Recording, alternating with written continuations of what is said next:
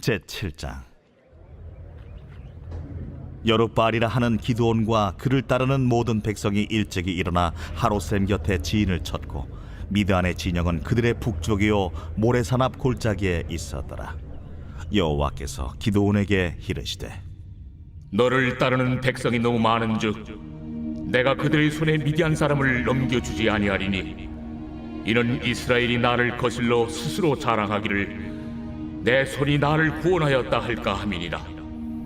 이제 너는 백성의 귀에 외쳐 이르기를 누구든지 두려워 떠는 자는 길르앗산을 떠나 돌아가라 하라.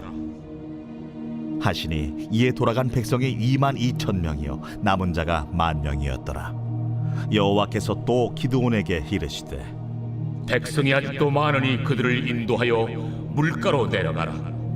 거기서 내가 너를 위하여 그들을 시험하리라. 내가 누구를 가리켜 내게 이르기를 이 사람이 너와 함께 가리라 하면 그는 너와 함께 갈 것이요 내가 누구를 가리켜 내게 이르기를 이 사람은 너와 함께 가지 말 것이니라 하면 그는 가지 말 것이니라 하신지라.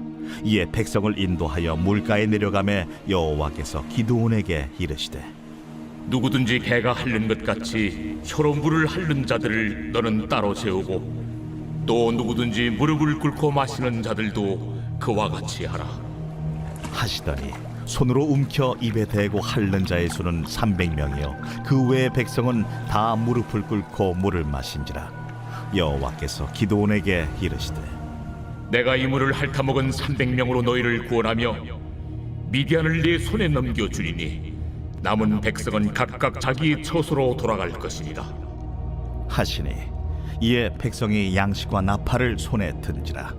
기드온이 이스라엘 모든 백성을 각각 그의 장막으로 돌려보내고 그 300명은 머물게 하니라. 미디안 진영은 그 아래 골짜기 가운데에 있었더라. 그 밤에 여호와께서 기드온에게 이르시되 일어나 진영으로 내려가라. 내가 그것을 네 손에 넘겨주었느니라. 만일 네가 내려가기를 두려워하거든 네 부하 부라와 함께 그 진영으로 내려가서 그들이 하는 말을 들으라. 그 후에 네 손이 강하여져서 그 진영으로 내려가리라. 하시니 기드온이 이에 그의 부하 부라와 함께 군대가 있는 진영 근처로 내려간즉 미디안과 아말렉과 동방의 모든 사람들이 골짜기에 누웠는데 메뚜기에 많은 수와 같고 그들의 낙타의 수가 많아 해변의 모래가 많음 같은지라. 기드온이 그곳에 이른즉 어떤 사람이 그의 친구에게 꿈을 말하여 이르기를 보라, 내가 한 꿈을 꾸었는데 꿈의 보리떡 한 덩어리가 미디안 진영으로 굴러들어와 한 장막에 이르러 그것을 쳐서 무너뜨려 위쪽으로 엎으니 그 장막이 쓰러지더라. 그의 친구가 대답하여 이르되 이는 다른 것이 아니라 이스라엘 사람 요아스의 아들 기드온의 칼이라. 하나님이 미디안과 그 모든 진영을 그의 손에 넘겨주셨느니라 하더라. 기드온이 그 꿈과 해몽하는 말을 듣고 경배하며 이스라엘 진영으로 돌아와 이르되 일어나라! 여호와께서 미디안과 그 모든 진영을 너희 손에 넘겨주셨느니라. 하고 300명을 세 대로 나누어 각 손에 나팔과 빈 항아리를 들리고 항아리 안에는 횃불을 감추게 하고 그들에게 이르되 너희는 나만 보고 내가 하는 대로 하되 내가 그 진영 근처에 이르러서 내가 하는 대로 너희도 그리하여 나와 나를 따르는 자가 다 나팔을 불거든 너희도 모든 진영 주위에서 나팔을 불며 이르기를 여호와를 위하라 기도를 위하라 하라. 기드온과 그와 함께한 100명이 이경초의 진영 근처에 이른즉 바로 파수꾼들을 교대한 때라. 그들이 나팔을 불며 손에 가졌던 항아리를 부수니라. 세대가 나팔을 불며 항아리를 부수고 왼손에 횃불을 들고 오른손에 나팔을 들어 불며 외쳐 이르되 여호와와 기도의 칼이다 하고 각기 제자리에 서서 그 진영을 애웠으며 그 온 진영의 군사들이 뛰고 부르짖으며 도망하였는데 300명이 나팔을 불 때에 여호와께서 그 온 진영에서 친구끼리 칼로 치게 하심으로 적군이 도망하여 스레라의 벳시다에 이르고 또 탑밭에 가까운 아벨무홀라의 경계에 이르렀으며 이스라엘 사람들은 납달리와 아셀과 온 므낫세에서부터 부름을 받고 미디안을 추격하였더라. 오늘도 이 새벽에 하나님의 말씀을 사모하여 또 기도의 자리에 나오신 우리 성도님들을 환영하고 축복합니다. 저 월요병이라는 말이 있습니다. 이 휴일이 끝나고 나서 월요일 날 또다시 삶의 터전으로 가게 되는데요. 이때 극심한 무기력과 피로와 그리고 스트레스에 시달리는 것을 월요병이라고 합니다. 사실 뭐 사역자들은 월요병이 없습니다. 왜냐하면 주일날까지 일하고 월요일날 쉬거든요. 저는 어떻게 하다가 이 월요일날 새벽기도에 걸려가지고 그리고 저는 사실 어제까지 유초등부 여름성경학교로 갔다 왔거든요. 굉장히 피곤한 상태에서 이 새벽기도에 인도를 하게 되었는데 제가 오히려 평소보다 좀 이렇게 막 텐션을 올려가지고 막 소리를 지르면서 설교를 할 수도 있습니다. 그렇게 하지 않으면 제가 설교를 하다가 졸 수도 있을 것 같아가지고 제가 좀 그렇게 해보도록 하겠습니다. 근데 제가 이렇게 피곤한데 사실 우리 성도님들은 또 얼마나 피곤하시겠어요. 이제 전쟁터와 같은 삶의 터전으로 가시게 될 것인데 말입니다.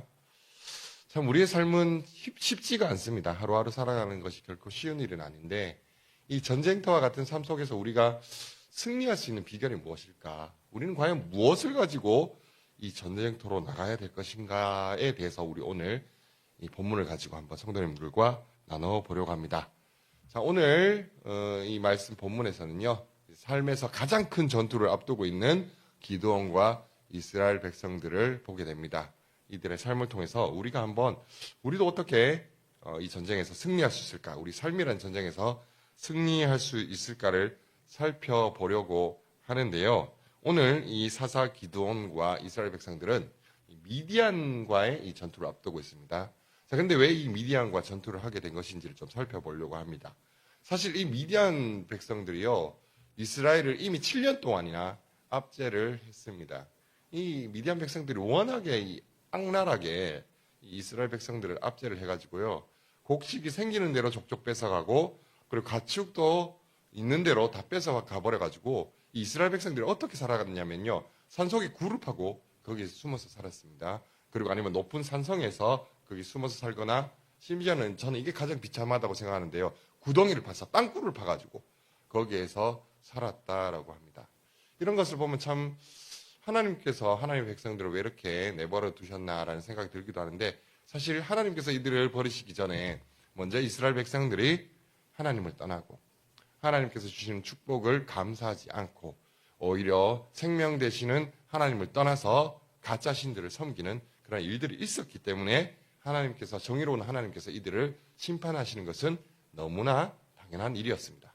자, 그러나 이들이 7년 동안의 미디안의 압제 가운데 부르짖고 신음할 때 하나님께서 이들을 건져주시기 위해서 한 구원자를 보내주십니다. 마치 저와 성도님들이 우리의 죄 때문에 멸망받을 수 없을 때에 예수 그리스도를 보내주심으로써 우리를 구원해 주신 것처럼 한 구원자를 보내주시는데요. 그 구원자는 바로 오늘 본문에 나오는 사사 기드온이었습니다.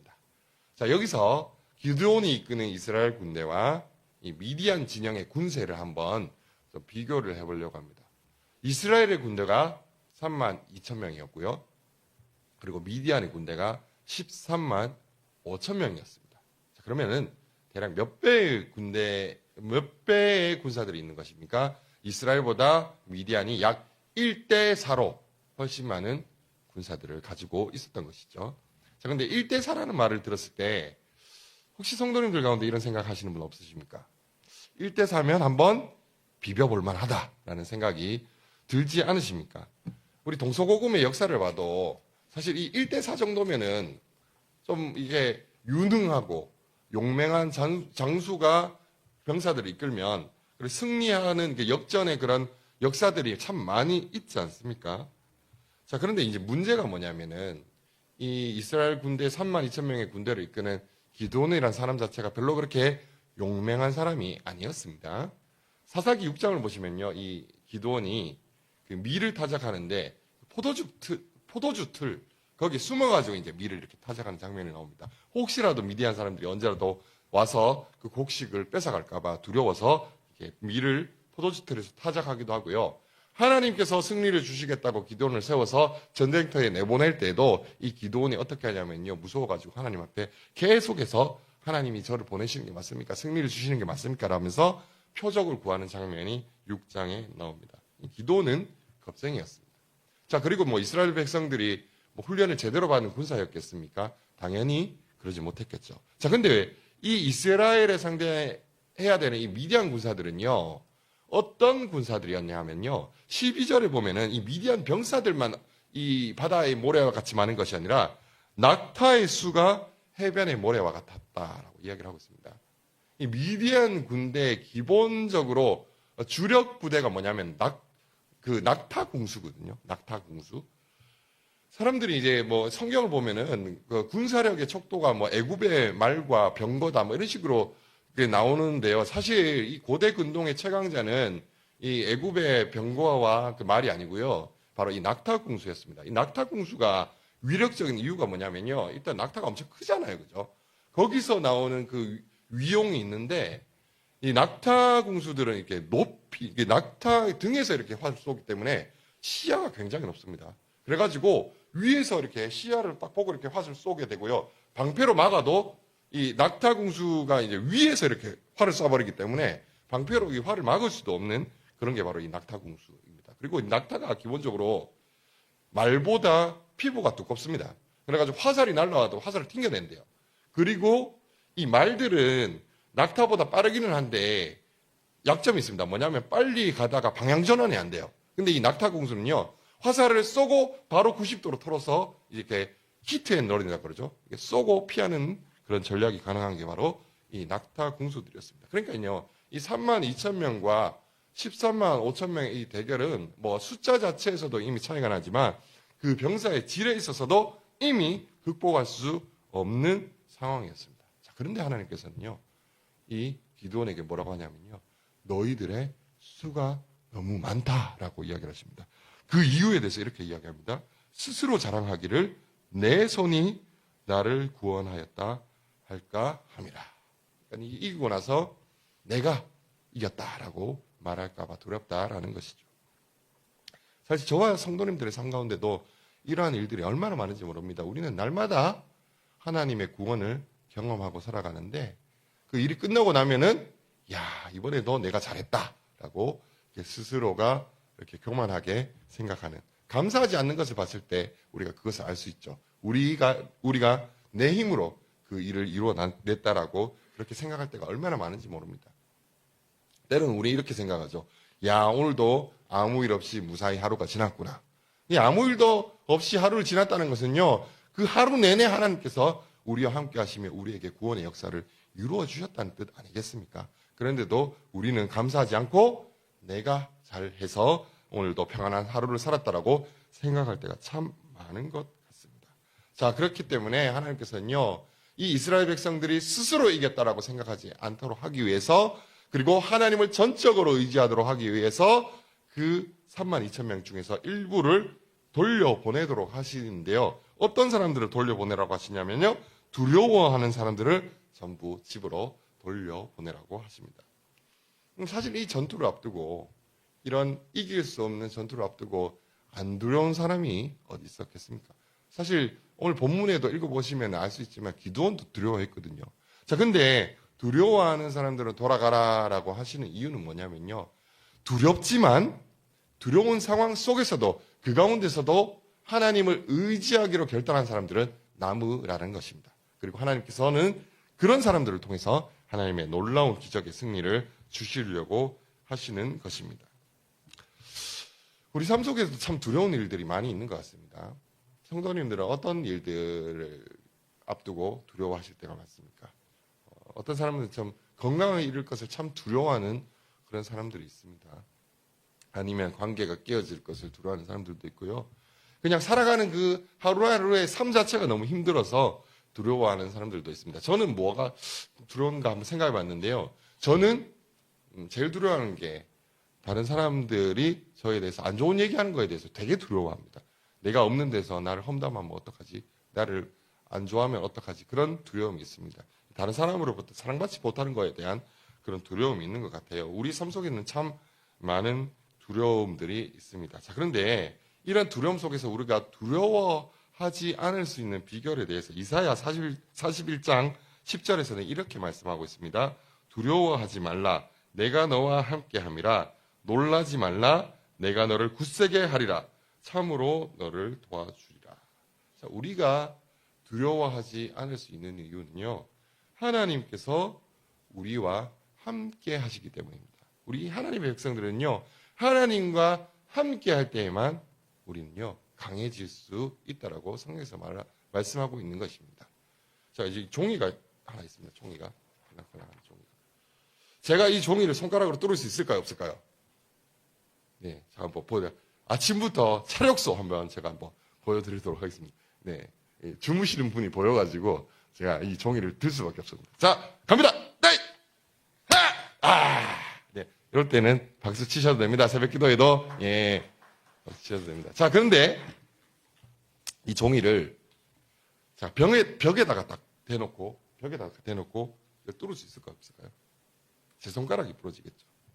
근데 우리 하나님의 백성이 강해지는 것도 바로 이것과 같습니다. 우리는 연약하지만 우리가 하나님께 딱 붙어 있을 때 우리는 강할 수가 있는 것입니다. 하나님께서는요, 이스라엘 백성들이요, 그 강하신 하나님, 승리를 주신 하나님을 완전히 의지하기를 원하셨고, 그래서 이 사람들을, 이 두려워하는 사람들을 돌려보내게 되는데 몇 명이 돌아가게 되느냐?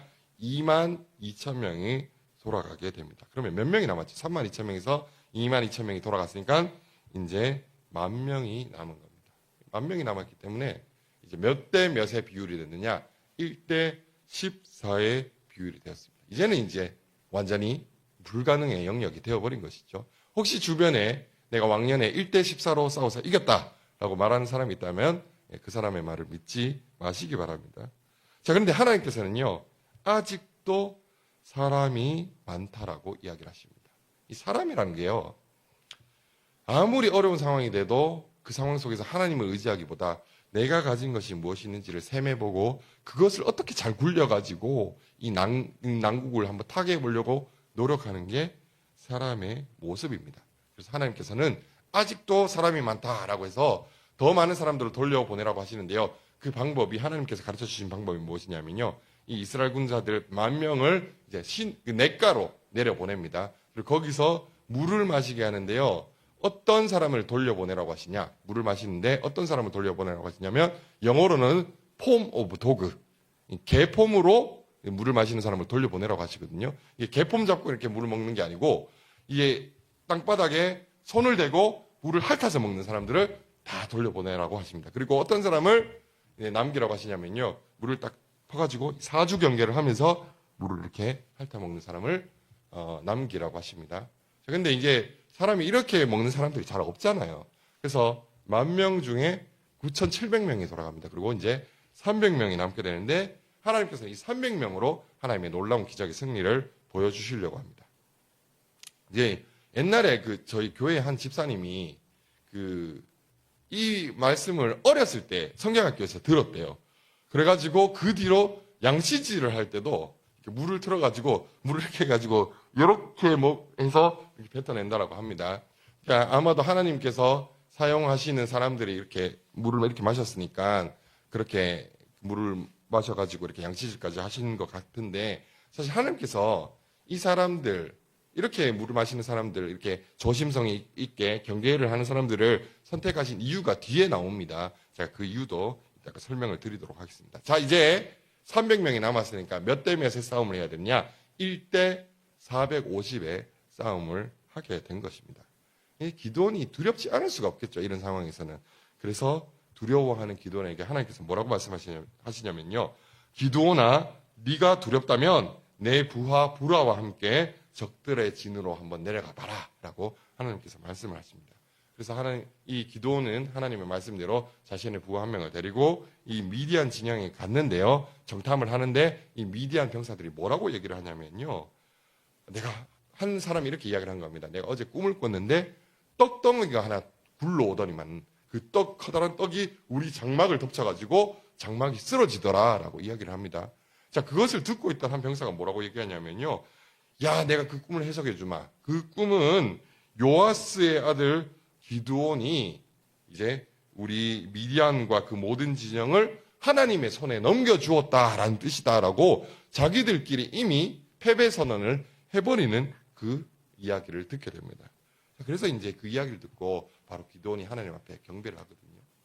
이제 기드온은 깨달은 것이죠. 이 싸움의 승패는 하나님께 달린 것이구나. 하나님께서 이미 승리를 하시고 그 승리를 우리에게 주시는구나. 이 싸움은 하나님께서 대신 싸워주시는 싸움이구나라는 것을 알게 되었고, 이 기드온은 전적으로 하나님의 지혜와 능력에 의지해서 이 전투를 수행하게 됩니다. 자, 그런데 하나님께서 이 기드온과 이스라엘 백성 300명의 용사들에게 주신 작전이 무엇이었냐? 바로 한 손에는 항아리를 들고 한 손에는 나팔을 듭니다. 그리고 횃불을 이 항아리 안에다가 넣어가지고 미디안 진영으로 들어가는 작전입니다. 자, 이게 무슨 작전인가 싶긴 하지만요. 자, 이렇게 어쨌든 이 항아리에 횃불을 넣고 이 미디안 진영으로 들키지 않고 들어가는 것 자체가 굉장히 조심성이 필요한 작전이지 않습니까? 그래서 하나님께서 아까 이 사주 경계를 하고 조심성이 있는 이 300명을 이렇게 모으신 거거든요. 자, 그렇게 이제 횃불을 이 항아리 안에 넣어가지고 나팔을 들고 갑니다. 자, 그때 시간이 언제였냐면 이제 근무교대를 하는 시간이었는데, 그때 갑자기 항아리를 쨍그랑 하고 깨뜨립니다. 그럼 그 소리도 크지만은 갑자기 막 불이 막 천막에 붙어가지고 불이 막 피어오를 거지 않습니까? 자, 근데 우리가 자다가 이렇게 깜깜한데 스마트폰 보면 갑자기 눈이 부시면은 뭐 이렇게 아무것도 안 보이잖아요. 자, 근데 이렇게 갑자기 불이 확 올라오는 상황에서 갑자기 나팔이 예, 어린이 지휘관께서는 이렇게 합니다. 예. 나팔을 불면 어떻게 해요? 와, 이거 대군이 왔구나. 그래가지고 적들이 왔으니까 불을 켜잖아요. 그러면은 그 미디안 진영이 불이 막 켜질 거 아니에요? 근데 그걸 보고 미디안 사람들 어떻게 생각해요? 야, 이스라엘 백성들이, 군사들이 벌써 우리 앞에, 코앞에까지 왔구나라고 생각하고 그때부터 막 서로 죽이기 시작합니다. 하나님께서는요, 그분의 지혜와 능력으로 이 기드온에게 놀라운 승리를 주신 것이죠. 우리도 이 전쟁터와 같은 세상 속에서 승리하기 위해서는, 두려움을 이기고 승리하기 위해서는 하나님을 의지해야 됩니다. 자, 그런데 기드온처럼 전적으로 하나님을 의지할 수 있는 비결을 하나 알려드리겠습니다. 기드온이 이렇게 하나님을 의지하고 하나님의 명령대로 따라갈 수 있었던 그 이유는 사실 사사기 6장에 나오거든요. 이러한 대승리가 있기 전에 기드온이 무슨 일을 하냐면요, 자기 집에 있었던 바알과 아세라상을 다 찍어버립니다. 찍어서 버립니다. 하나님을 의지하기 위해서는요, 우리가 하나님을 의지하지 못하게 만들었던, 내가 의지하던 것들을 찍어버리는 작업이 먼저 필요합니다. 내가 때로는 돈을 의지하기도 하고요, 사람을 의지하기도 합니다. 우리가 이것들을 먼저 생각하고 이것들을 먼저 의지하게 되면요, 세상을 이기신 우리 안에 계신 예수 그리스도를 의지하지 못하게 되는 것입니다. 우리가 이 새벽에 하나님 앞에 나온 이유가 무엇입니까? 우리 안에 이미 세상을 이기신 예수 그리스도가 있다는 사실을 믿고 그분을 의지하고 기도하기 위해서 이 자리에 오신 것 아니겠습니까? 사람들은요, 숫자에 집착을 해요. 미디안 군사 13만 5천 명을 보고 야, 사람들이 너무 많다라고 생각을 합니다. 그 숫자에 집착을 합니다. 그리고 이 많은 숫자를 이기기 위해 내가 더 많은 숫자를 가져야 된다라고 생각을 합니다. 더 많은 돈을 가지려고 하고요. 요즘에는 그 유튜브 같은 데 보면요, 조회수가 높은 사람이 짱입니다. 더 많은 조회수를 얻으려고 하고요. 아니면은 뭐 이런 것도 있겠죠. 1등이 되려고 한다든지, 아니면 100점만을 목표로 살아가는 사람도 있겠죠. 그게 아니라면 이것도 저것도 안 되면 로또 번호에라도 의지하는 게 우리 사람의 모습입니다. 그러나 우리가 기적과 같은 승리를 맛보기 위해서는요, 오직 세상을 이기신 예수 그리스도만을 의지해야 합니다. 거기에 대해서 이사야 12장 2절에서는 이렇게 이야기합니다. 보라, 하나님은 나의 구원이시라. 내가 신뢰하고 두려움이 없으리니. 여기서 신뢰라는 말은요, 원래 무슨 뜻이냐면요, 달려가는 걸 뜻하는 겁니다. 피난 가기 위해서 서둘러 달려가는 것을 뜻하는 것입니다. 결국에는요, 우리가 신뢰하는 것은 무엇을 신뢰하는 것이냐? 내가 어렵고 힘들고 두려움이 있을 때 어디로 달려가는지를 보면 내가 무엇을 신뢰하는지를 알 수가 있습니다. 내가 어려움이 있을 때, 두려움이 있을 때 돈을 향해 달려가면요, 그 사람은 돈을 신뢰하는 사람이고요. 사람을 향해, 사람에게 먼저 연락하는 사람은요, 그 사람은 사람을 신뢰하는 사람입니다. 그러나 우리가 이 새벽부터 하나님을 의지하기 위해, 기도하기 위해 이 자리에 나와 왔다면 우리는 어쩌면 하나님을 신뢰하도록 이 자리에 부름을 받은 것이라는 생각이 듭니다. 우리가 세상을 이기기 위해서는요, 하나님을 의지해야 합니다. 그러나 더 정확하게 얘기하면요, 하나님만을 의지해야 하는 것입니다. 이제 삶의 전쟁터로 나가게 될 텐데요, 저와 성도님들이 오직 하나님만을 전적으로 의지함으로 말미암아서 하나님께서 우리를 위해서 예비하신 기적과 같은 승리를 맛보시는 저와 모든 성도님들이 되시기를 간절히 소망합니다. 제가 기도하겠습니다. 아버지 하나님, 감사합니다. 하나님께서는 우리를 위한 승리를 이미 예비해 놓으셨지요. 우리가 삶의 전쟁터 속에서 힘들고 어렵고 두려운 일들이 있을 때 우리를 위해 이미 승리하신 그 하나님을 향해서 달려가는 복된 삶이 될 수 있도록 주님 도와주시옵소서. 내가 이전에 의지했던 것들 다 내려놓고 버리고 오직 하나님만을 신뢰하며 그분께로 달려감으로 하나님께서 주시는 기적과 같은 승리를 맛보는 오늘 하루고, 그리고 우리 평생의 삶이 될 수 있도록 하나님 역사하여 주시옵소서. 이번도 말씀 예수님의 이름으로 기도드리옵나이다. 아멘.